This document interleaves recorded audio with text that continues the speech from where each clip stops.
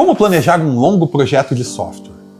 Os nossos métodos e ferramentas de gestão de projeto foram desenvolvidos ao longo dos últimos séculos. E isso é uma coisa muito boa.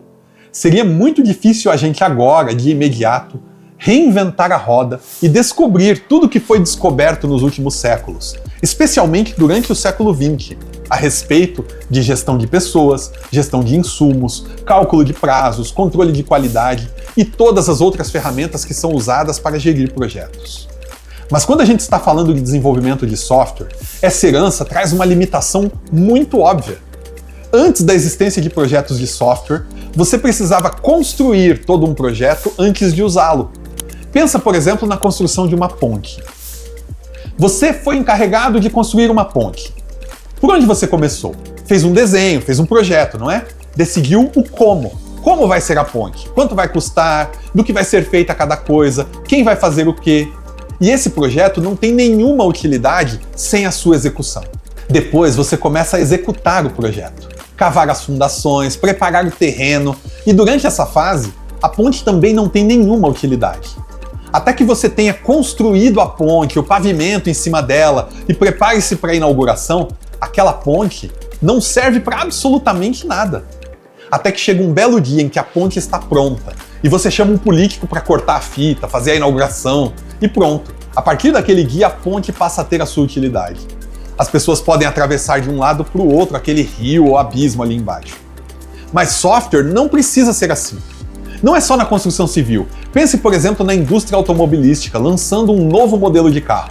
Para lançar um carro, todo um projeto deve acontecer antes, que envolve milhares de horas de trabalho no papel ou no computador.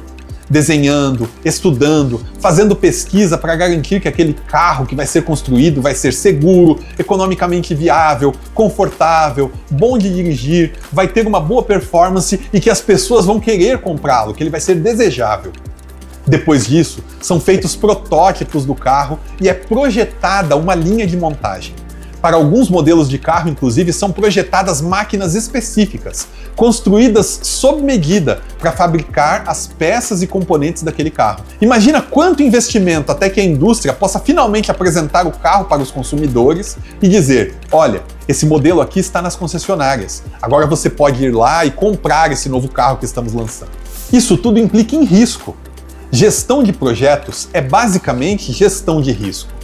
Para começar um projeto, você precisa ter tudo calculado.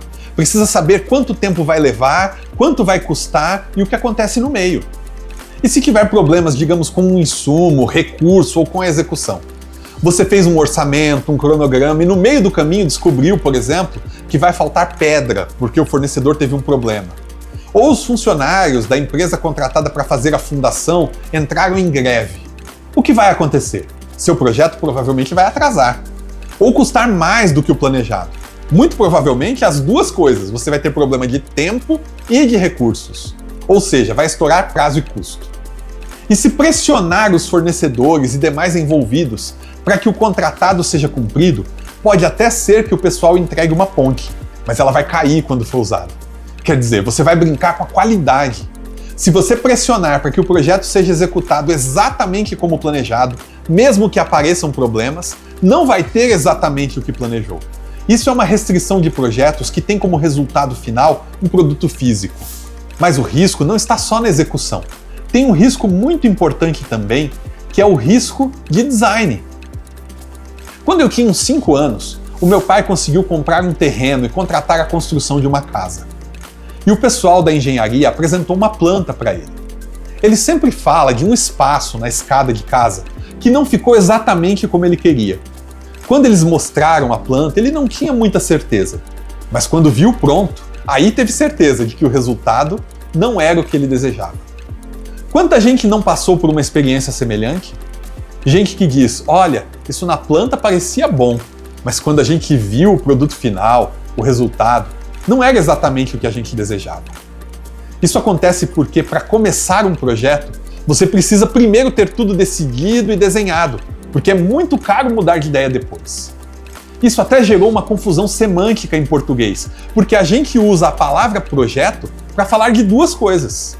Primeiramente, a gente usa a palavra projeto para falar sobre a fase de planejamento e design, as etapas de decisão necessárias para executar um projeto. E a gente também usa essa palavra para falar do projeto como um todo, que inclui essas etapas iniciais, mas também toda a sua execução. Então é comum a gente ouvir frases como: veja, esse projeto está pronto, agora só falta executar. O que está pronto não é o projeto como um todo, mas o seu planejamento, os cálculos necessários, o design do que vai ser construído e as decisões a respeito disso. Mas o projeto também envolve sua execução. E mudar de ideia é caro. Por isso se gasta tanto recurso nas etapas iniciais que até confunde-se o nome dessas etapas, chamando isso de projeto.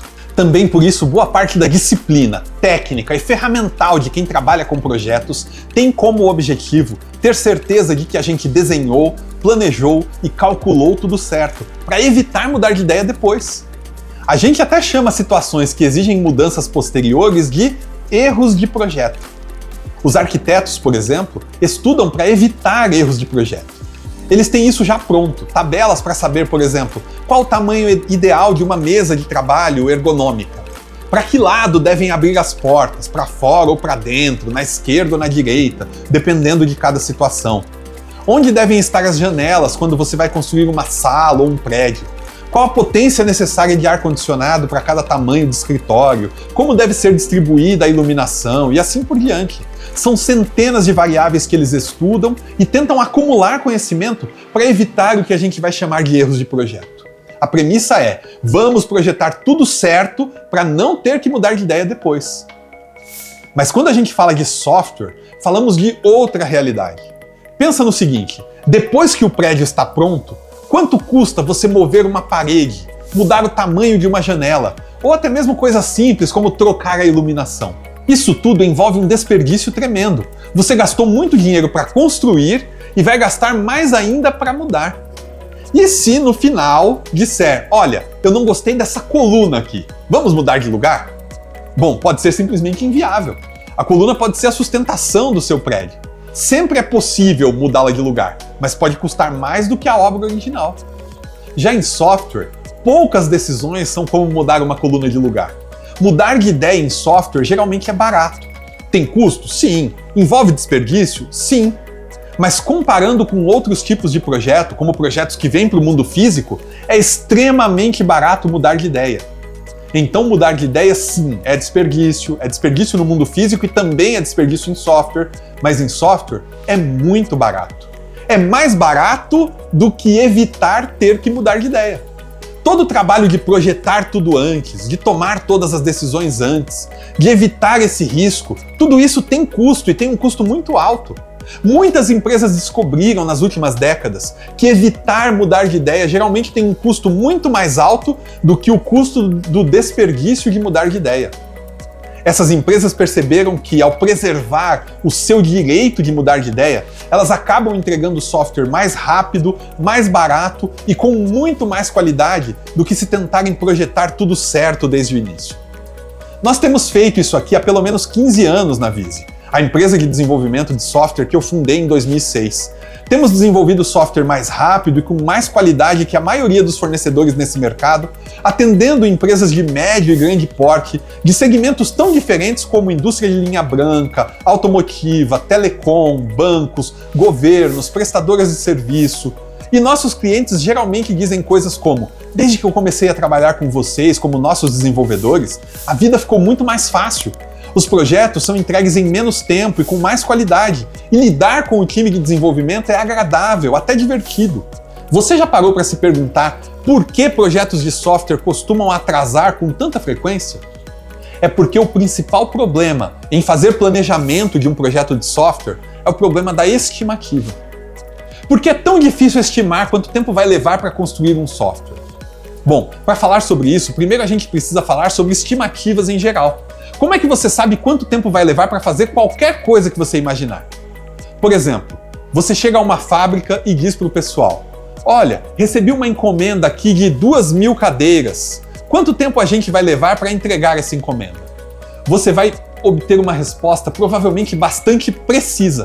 Como é que o pessoal da fábrica sabe quanto tempo vai levar para construir 2.000 cadeiras? Bem, eles já fizeram cadeiras centenas de vezes antes.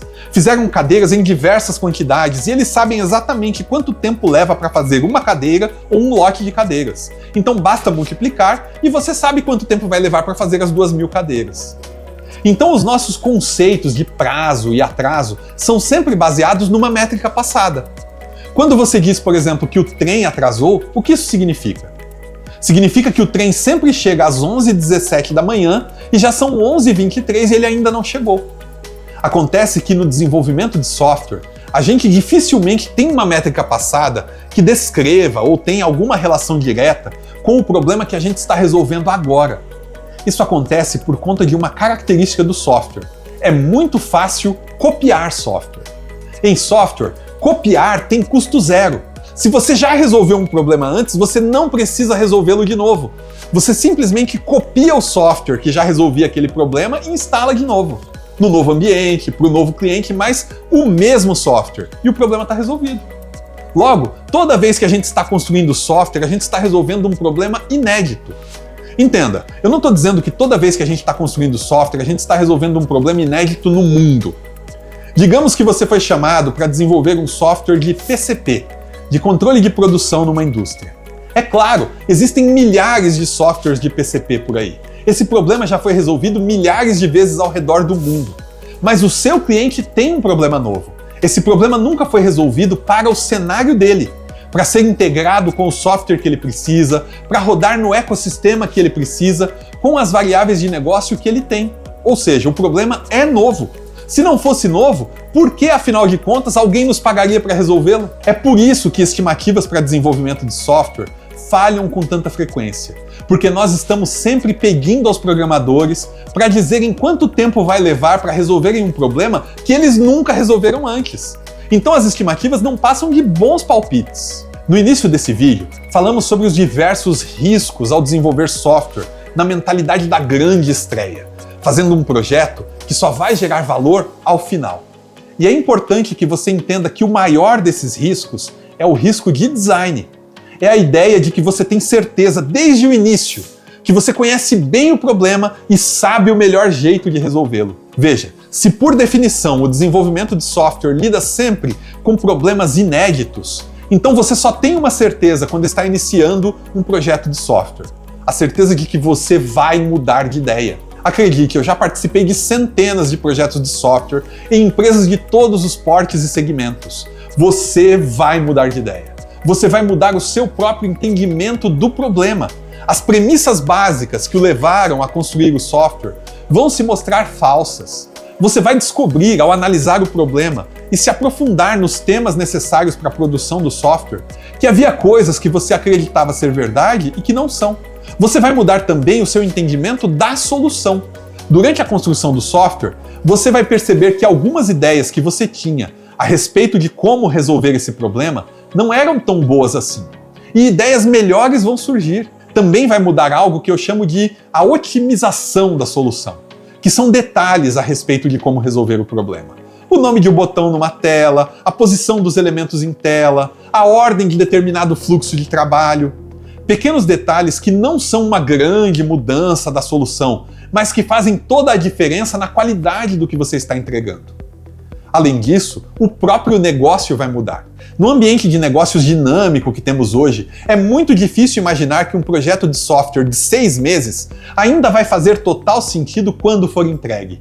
Quanta coisa muda em 6 meses? Novos produtos são lançados, novas parcerias de negócio são firmadas, antigos contratos são rescindidos. Então, ao iniciar um projeto de software, tendo tudo planejado desde o início, você está assumindo várias coisas que você não tem como provar. Você está assumindo o seu entendimento do problema, você está assumindo que o seu jeito de resolver o problema é o melhor em todos os detalhes e que você não vai mudar de ideia no meio do caminho, e você também está assumindo que, junto com o time de design, você consegue desenhar um fluxo de navegação e uma usabilidade para o seu software que as pessoas vão simplesmente entender. Você também está assumindo que as variáveis do negócio vão permanecer as mesmas. Além disso, você também assume que tudo que você planejou é realmente útil, e dificilmente é. Quem nunca comprou uma esteira que no final acabou virando um cabide? Quem nunca comprou um objeto, um eletrodoméstico que nunca usou, que ficou encostado num canto da casa? Boa parte das ideias que a gente tem quando desenvolve software acaba virando uma esteira, no canto da casa, sendo usada como cabide. Boa parte do software produzido no mundo hoje é muito mais pesado e complicado do que realmente útil. Há menus demais, telas demais, funções demais, um monte de coisas que ninguém realmente usa e que tornam o software mais caro, mais pesado e mais difícil de usar. Além dessas coisas todas, você também assume que o time vai acertar tecnicamente desde o início. Você assume que o software vai funcionar bem no mundo real, e isso é muito difícil. Veja, não quer dizer que o time não é tecnicamente bom. Desenvolver software é um processo interativo. Mesmo o melhor time de desenvolvimento do mundo vai cometer erros e aprender com eles. Aqui na Vize a gente faz testes automatizados quando desenvolve software. E se orgulha em dizer que os nossos softwares vão para a produção com 100% de cobertura de testes automatizados. Ou seja, cada linha de código é testada. Além disso, a gente faz testes integrados e os nossos clientes também testam o software. Mas mesmo assim, quando o software vai para a produção, os usuários acabam descobrindo os cenários em que durante o projeto ninguém havia pensado. Sempre vai acontecer de um usuário tentar usar o software de uma maneira que a gente não planejou. E isso vai gerar bugs, vai gerar defeitos. Você também assume o risco de acreditar que as integrações vão simplesmente funcionar. Boa parte dos projetos de software hoje envolve integração entre vários softwares. Praticamente todo software produzido hoje tem APIs e chamadas a aplicações de terceiros. Seu e-commerce está integrado com seu site, ERP, CRM, gateway de pagamento, software da transportadora e portal de atendimento. E é muito difícil garantir, quando você desenvolve software, que o ambiente de produção vai se comportar exatamente como nos testes. É muito comum, quando o software vai para a produção, a gente descobrir que na integração com o ERP, quando no ambiente de produção, onde as pessoas estão realmente inserindo dados o tempo todo, as coisas não funcionam tão bem quanto no ambiente de testes. Por fim, ao fazer um projeto todo planejado desde o início, você assume que a performance e a escalabilidade vão estar adequadas. E novamente, não estou dizendo que o time não é tecnicamente bom. O que eu estou dizendo é que, uma vez que cada projeto de desenvolvimento de software é a solução de um novo problema, por melhor que o time seja tecnicamente, é muito difícil garantir, sem contato com o mundo real, que o software tenha a performance e a escalabilidade adequadas. A gente faz testes de performance e usa as melhores práticas de mercado para garantir escalabilidade, mas você só tem certeza de que o software vai dar conta do recado quando ele for exposto à realidade. Por isso, o meu conselho para você é: não assuma o risco de fazer uma grande estreia no final do seu projeto. Adiante o Go Live. Faça deploy cedo, em produção. Guie um pedacinho da sua aplicação e coloque as pessoas para usá-lo. Quando você fizer isso, as coisas vão dar errado. Você vai descobrir que entendeu errado o problema, as pessoas não entenderam a solução que você projetou, há jeitos melhores de resolver o mesmo problema, os outros softwares em seu ecossistema não estavam tão prontos assim, o time cometeu erros técnicos, haverá bugs e problemas de performance, mas você vai ter tempo de mudar de rumo e o produto vai ter tempo de amadurecer tecnicamente. Por isso, quando deve acontecer o primeiro Go Live de um projeto de software? Idealmente, 2 semanas após o início do projeto. Ao invés de fazer uma grande estreia lá no final, você adianta esses riscos e essas dores. Ao invés de simplesmente acreditar que nada vai dar errado, você entende que as coisas vão dar errado e dilui esse risco ao longo do projeto. Ao invés de uma grande estreia no final, você vai fazer pequenas estreias a cada 15 dias. Vai encontrar os problemas cedo e resolvê-los cedo. Mudar de ideia cedo é muito mais barato. Resolver problemas técnicos cedo é muito mais barato. E o risco no final se torna muito pequeno. O dia da entrega do projeto é simplesmente um dia como outro qualquer. Afinal, você fez algumas dezenas de go-lives ao longo do projeto. O software está maduro, testado e evoluído. As pessoas já estão usando o seu software. E o final do projeto é apenas mais um deploy. Gostou desse vídeo? Foi útil para você? Você pode ser avisado quando sair um novo. É só clicar aí para se inscrever no canal e ativar as notificações clicando no sininho, e você vai ser avisado sempre que tiver novidade aqui.